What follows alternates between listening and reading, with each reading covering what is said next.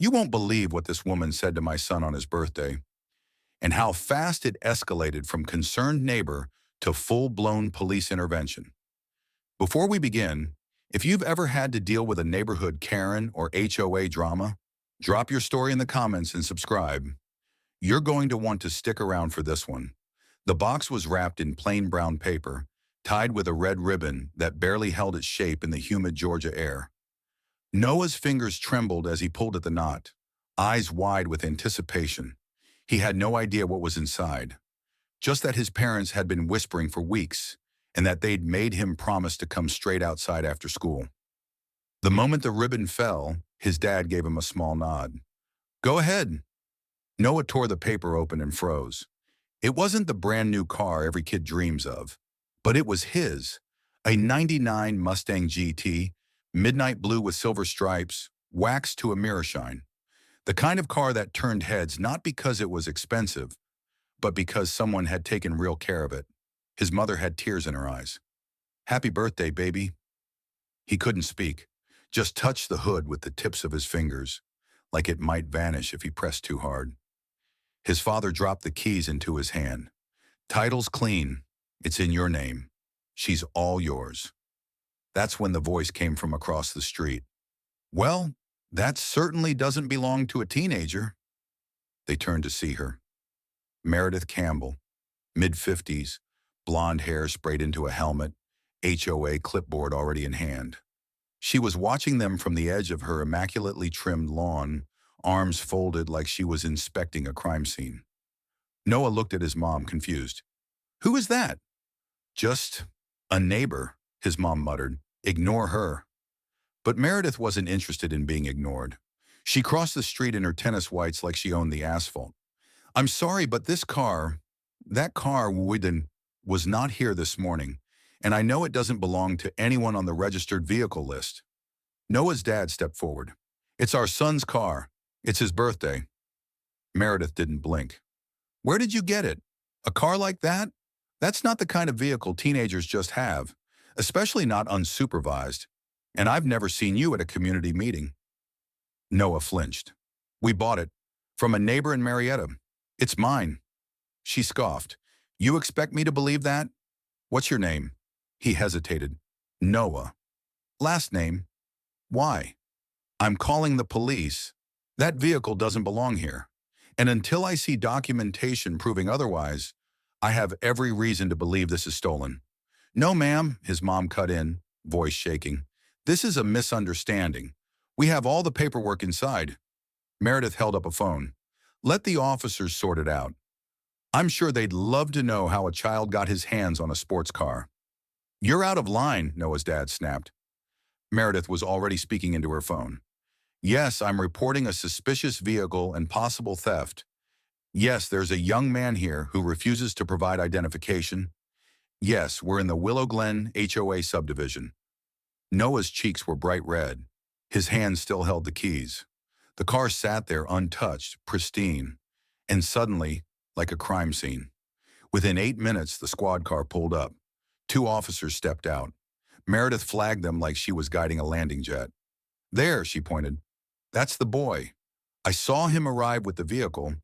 I have reason to believe it was taken without permission." "Ma'am," one officer said calmly, "did you see the vehicle being stolen?" "I saw him arrive with it. That's enough. There's no record of that car in our neighborhood registry." The second officer turned to Noah. "Son, can we speak with you a moment?" His mom stepped in again. "Officers, this is his birthday present. We have the bill of sale and title inside. This is a mistake." But Noah had already gone pale. "I didn't steal anything," he whispered. The officer nodded slowly. "We're just going to verify. Is the car unlocked?" Noah looked at his father, then nodded. "Yes, sir." They opened the driver's side door and glanced at the VIN on the dash. One of the officers read it into the radio, waited. Meredith crossed her arms, triumphant. "He wouldn't even know how to register a car. You're wasting time. Look at him, sneakers barely tied. Probably doesn't even live here." The silence between that accusation and the radio response felt like a whole separate world. Then the dispatcher's voice came through the crackling speaker. "Confirmed. Vehicle registered to a Noah James, age 16. Address matches 402 Cypress Lane. The officer looked up at Meredith. Everything checks out. She blinked. That can't be right. I know who lives in this neighborhood. The officer sighed. Ma'am, you made a false report. This boy is standing on his own property, next to his legally registered car, with his parents. Meredith's lips curled. I was trying to protect this neighborhood. By profiling a kid on his birthday? Noah's mother asked quietly. Meredith turned and stormed back across the street without another word. The officer gave Noah a tired smile. Happy birthday, kid. Cool ride. But the smile didn't reach his eyes, and Noah didn't say anything at all. The Mustang sat untouched in the driveway the next morning, dew glistening on its hood like cold sweat. Noah didn't want to go outside. He hadn't touched the keys since the police left. His mother gently knocked on his door. Breakfast ready. I'm not hungry. She didn't push, just left the door cracked open and the smell of toast lingering in the air. Downstairs, his father was pacing, phone in hand, voice low and clipped. No, I understand, but there has to be some consequence. She called the cops on a child. Pause. Well, what's the point of having an HOA board if they won't hold her accountable? Another pause, then a sharp sigh. Thanks anyway. Click. His dad caught his wife's glance. It's a dead end. Meredith's not just on the board. She runs it. The others won't challenge her. One of them literally said, she overreacted, but she meant well. Meant well? She repeated. She humiliated our son in our own front yard. Noah came down the stairs slowly, not meeting either of their eyes. I think I'll walk to school. His mom stepped forward. Sweetheart, don't. I'm fine. He wasn't. He passed the Mustang without looking at it, walking with his hood up and backpack slung low like armor. A few houses down, someone watering their lawn gave him a quick, awkward wave and a tight smile. No words, just that subtle nod people give when they've seen something, but won't talk about it. When Noah got to school, his best friend Malik slapped him on the shoulder. Dude, a Mustang? For real? Noah didn't smile. Wait, what's wrong? Noah hesitated, then muttered, Lady across the street thought I stole it. Called the cops. Malik stared at him. What? She said it didn't belong in this neighborhood. Malik's grin dropped. That's messed up. Noah shrugged. Whatever. Malik didn't let it go. You know she only did that because you're black, right? I know. Noah spent the rest of the day avoiding questions and whispers. Word had spread. A kid with a Mustang. Cops. HOA drama. Everyone had a version. Few had facts. When he got home, the Mustang had been moved, pushed further up the driveway, almost touching the garage. His dad met him outside. Hey. Noah didn't respond. You want to take her for a spin? I'll ride shotgun. I'm good. His father studied him for a moment. That woman embarrassed you. I get it. But don't let her steal your birthday too. It's not about that, Noah mumbled. She looked at me like I didn't belong, like I was doing something wrong just by standing there. You weren't doing anything wrong. I know that, he snapped, then immediately looked away. I just don't want to give her a reason to say anything else. His dad exhaled through his nose. She doesn't need a reason. A day later, the letter arrived, folded in a crisp HOA envelope, sealed with a gold-embossed logo. The tone was formal. Cold. This notice is to inform the residents of 402 Cypress Lane that concerns have been raised regarding unregistered vehicles and potential non-compliance with community appearance standards. Please submit all relevant ownership documentation within 5 business days to avoid penalties or further escalation. Noah's mom stared at the paper like it might catch fire. They want proof. After what just happened? His father read the letter twice before folding it neatly and setting it down. She's doubling down. Later that night, as the family sat in the living room in strained silence, headlights flashed through the window. A slow-rolling SUV passed their home, paused slightly, then moved on. Again, Noah's dad muttered. His wife frowned. That's the 3rd time tonight. I think someone's watching the house. A beat of silence. Then Noah quietly, "Maybe we should just sell it." His mother turned sharply. "Sell what?" "The car." "No," she said instantly. "Noah, you earned that car.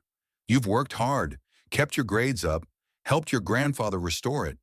You deserve to drive it." "I deserve not to get profiled every time I sit behind the wheel." Her jaw clenched, and she looked like she was holding back tears. His father reached over, put a hand on Noah's shoulder.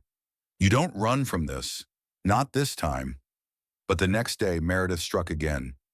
This time it was an email, CC'd to every member of the HOA board and several neighbors. In it, she raised concerns about the appearance of illicit behavior, vehicles of questionable origin, and the urgent need for stricter enforcement of Willow Glen's community image. She never named Noah directly, but she didn't have to. By the time his parents saw it, 2 more anonymous complaints had been filed with the HOA about noise and suspicious gatherings at their home, even though Noah hadn't even started the car since the day he got it. That evening, a different police cruiser rolled slowly past their house. It didn't stop, but it didn't have to. The third complaint came with a printed photo, a grainy snapshot of the Mustang in the driveway, taken from across the street just after dusk. Underneath, typed in all caps, "Not in compliance. Vehicle appears modified or non-standard for neighborhood aesthetic." Noah's father stared at the paper. "Modified? It's factory original. Even the rims." His mother crossed her arms, voice low and shaking. "She's not talking about the car. She's talking about us." That night, the 3 of them sat around the kitchen table with every document they had: bill of sale, title, insurance, registration. All in Noah's name. All legal, all ignored. "I'm tired," Noah finally said, not looking up. "Tired of feeling watched. Tired of being the kid with the wrong car. Tired of having to prove I belong somewhere I live." Silence. His father pushed his chair back and stood slowly. "You're right." Then he walked into the garage. When he returned, he was holding a battered leather case, long and flat, with 2 brass clasps. Noah blinked. "What's that?" His dad placed it on the table and opened it. Inside, a badge. Department of Justice, Civil Rights Division. "I don't talk about my job much," he said calmly, "because I've seen what happens when people think you're a threat. But it's time." Noah stared. "You're an agent? Assistant Special Counsel. I've spent 15 years dealing with people like Meredith Campbell in courtrooms, not cul-de-sacs, and I'm done watching her treat you like a criminal for owning a car." His wife leaned forward.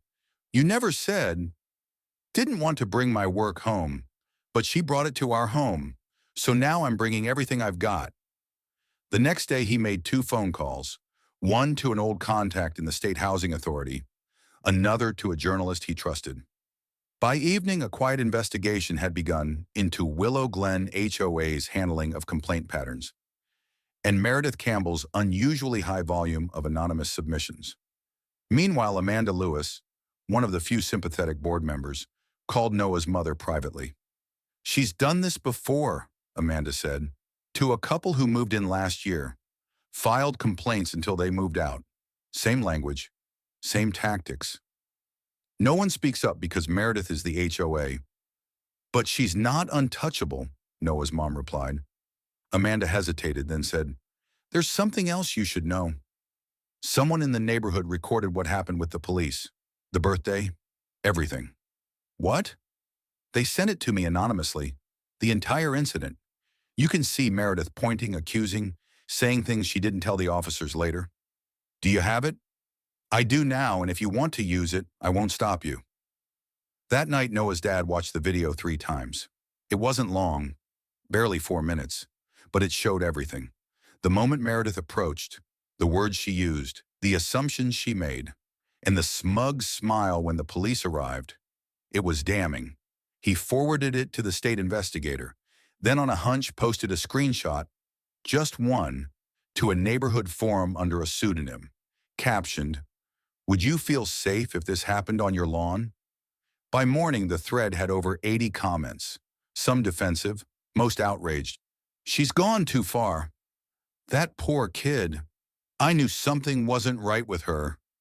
And then buried in the replies, a short message from a user named R. Harrison, 17. My daughter's boyfriend left because of Meredith. She threatened to report his license plates if he parked in front of our house again. Noah's dad screenshot every reply, every comment, every neighbor finally speaking up. That evening, a letter appeared in their mailbox, hand-delivered. An official summons to an HOA disciplinary review. Charges: harassment of board leadership, provocative posting on public forums, and creating community division. His father folded the letter once, tucked it into his coat pocket, and smiled. Perfect, he said. She just made it official. The HOA disciplinary meeting was held in the clubhouse, the same one used for holiday parties, bake sales, and the occasional yoga class. But tonight, the cheerful string lights looked like stage props. The folding chairs were arranged in stiff rows, and at the front, under a banner that read, Community Unity, sat Meredith Campbell. Flanked by two board members and her ever-present clipboard, she wore a tight smile that didn't reach her eyes. Her hair was flawless, her confidence unshaken, until Noah walked in with both parents. And a man in a charcoal suit who wasn't introduced, but whose presence shifted the temperature in the room by 10 degrees. The room hushed. Meredith cleared her throat. We're here to discuss ongoing disruptions caused by the James family, including inflammatory statements online, refusal to comply with vehicle registration policies, and potential violations of neighborhood appearance codes. Noah's father stood. You've made serious accusations. I'd like to respond in kind, with facts. He placed a small portable speaker on the table, pressed play. Meredith's voice filled the room. The recording from the birthday, her saying, people like that don't own cars like these. And this isn't the kind of vehicle we want in Willow Glen. Her smug call to police, her refusal to listen. Murmurs rippled through the chairs. Someone in the back whispered, "She said that?" When the clip ended, Noah's dad stepped forward. My son was accused of theft, humiliated, because of how he looks and what he drives. Meredith Campbell didn't just make a mistake. She doubled down with complaints, letters, and public shaming. She leveraged her position to escalate, not resolve. And now she's trying to punish us for defending ourselves. He pulled out a folder. These are copies of all HOA complaints filed by Miss Campbell in the past 24 months. 87% were directed at families of color or households with teenage boys, many of them brand new residents. Gasps, he continued. We have testimony from others she's targeted. Some moved away, others stayed silent, but not anymore. Meredith opened her mouth, but he cut her off. I also have confirmation that Ms. Campbell used HOA funds to purchase private surveillance services. That's illegal under Georgia code without explicit board approval. The room shifted. Board members exchanged uneasy looks. Amanda Lewis stood next. I confirm that I never approved such spending, and I reviewed the bylaws myself. She acted alone. Noah watched from his seat, hands clenched in his lap. His mother gripped his knee gently, steadying him. Meredith finally spoke. This is a smear campaign. These people are trying to undermine the order of this neighborhood. Order? Someone muttered from the back. A voice rose. You embarrassed a kid in his own yard. Another. We're not a gated prison, Meredith. And then Robert Harrison stood up, normally silent, always in the second row. I've been on this board 6 years. I let things slide because Meredith said it was for the good of the neighborhood. But I saw the video.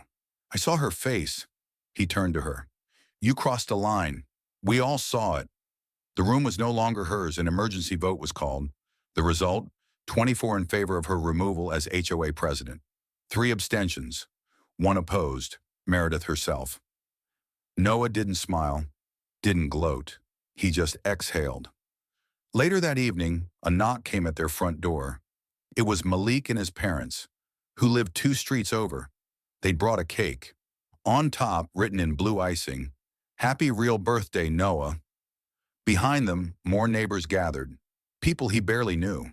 People who had said nothing before. now showing up with apologies, with support, with presence. Someone asked gently, "You want to show us the car?" For the first time in days, Noah took out the keys. He smiled. "Yeah, I do." The Mustang's engine purred like it had been waiting for this moment. Noah sat in the driver's seat, hands on the wheel, headlights cutting across the quiet street. The crowd of neighbors stood behind him in a half circle, some holding paper plates of cake, others with arms folded in quiet solidarity. It wasn't a parade. It wasn't a protest. It was something smaller but heavier, a correction. Noah's mom stood to the side, next to Malik's father, laughing softly at something he'd said.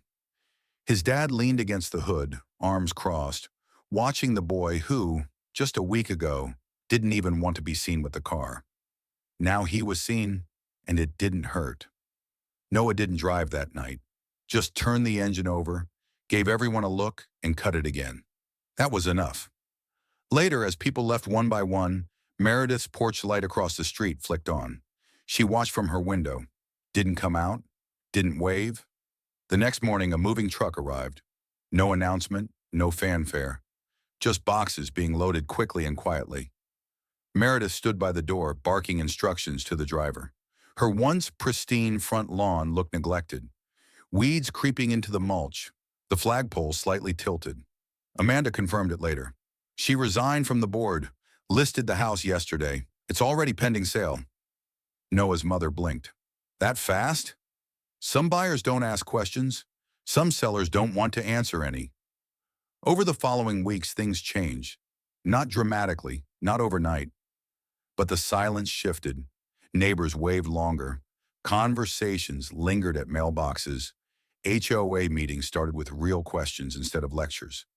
Amanda was named interim president until the next election. She asked Noah's dad if he'd consider running. He declined. "I've done my part." But he did offer to help revise the bylaws. Privately, quietly, the board agreed. One Saturday, Noah and his father stood in the garage, changing the oil on the Mustang. "You know," his dad said, hands greasy, "when I was your age, I didn't get anything like this." Noah grinned. "Yeah? My dad gave me a bike. 3 gears, 1 brake. Sounds deadly, terrifying. I crashed it into a mailbox on day 1. Noah laughed. It felt good to laugh. His dad leaned back against the workbench. "You handled all of this better than I did at your age." Noah looked at him. "I didn't feel like I handled anything." "You stayed. That's handling it." A few days later, Noah finally drove the car to school, pulled into the lot like it was any other Tuesday. But something was different.